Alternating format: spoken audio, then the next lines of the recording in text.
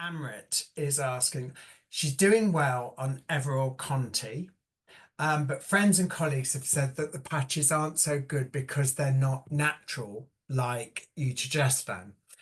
She doesn't really want to change something that's working, but now she's worrying, thinking, does this mean I'm at greater risk of anything? Can you just explain a little bit and yeah, give some thoughts on that? Yeah.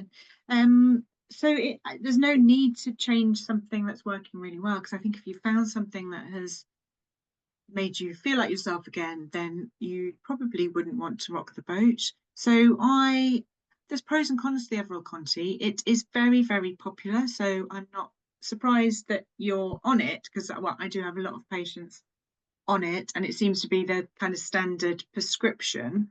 It's very easy to use because you're just putting the patch on twice a week, and you just need to remember to change it. And it's got the estrogen and progesterone in it. It's also very good for bleeding, usually. So the bleeding may be less of a problem with the Evorel Conti than sometimes with the Utrogestan. The disadvantage of it, it only comes in that dose, but that dose seems to be working well for you, so that's great. But if you want to tailor the dose, you can't go, you can end up putting on 2 or 1.5, but it's not ideal. The progesterone in it is maybe where the slight issue is, and I would say it's only a slight issue, and probably not one to worry about.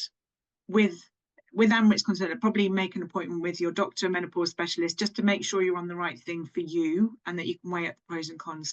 The norethisterone in the patch is a synthetic progesterone. We don't think that increases the risk of blood clots, so it's safe in that way.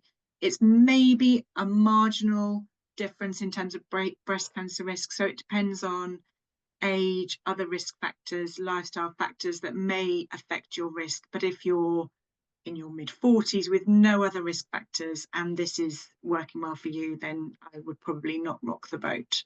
But I think, look, the Utrogestan is the gold standard in terms of safety profile, and also usually the best tolerated.